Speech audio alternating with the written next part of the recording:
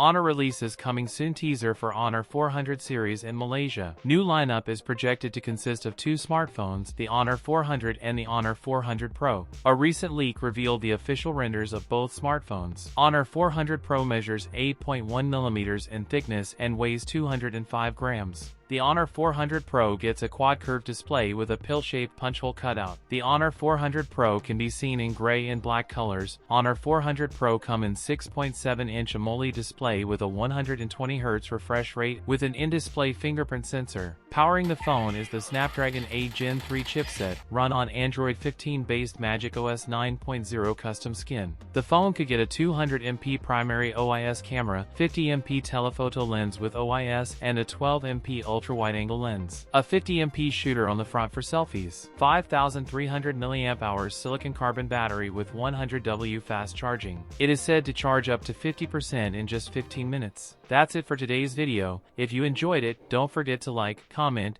and subscribe for more content. Thanks for watching, and I'll see you in the next one.